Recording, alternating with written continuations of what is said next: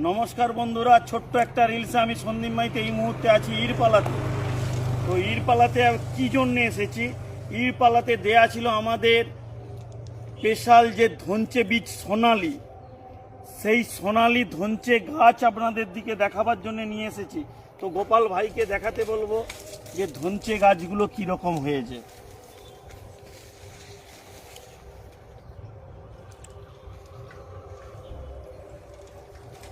এই হলো সেই ধনচে গাছ, দেখতে পাচ্ছেন মাঝ বরাবর ধনচে হয়েছে।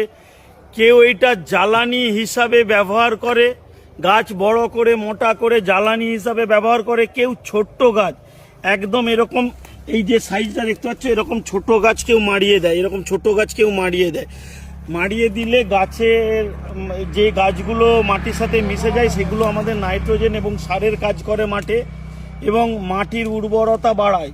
এবং এই গাছগুলো জ্বালানি হিসাবেই করবে বলল চাষি, সেই জন্যই গাছগুলো বড় হচ্ছে। তো তোমার দিকে আমি ধনচে গাছটা শেয়ার করলাম। বন্ধুরা বলো, ভারতলক্ষ্মী নার্সারির সোনালি ধনচে কীরকম হয়েছে তোমরা একটু দেখো এবং বন্ধুদের মধ্যে শেয়ার করে দাও।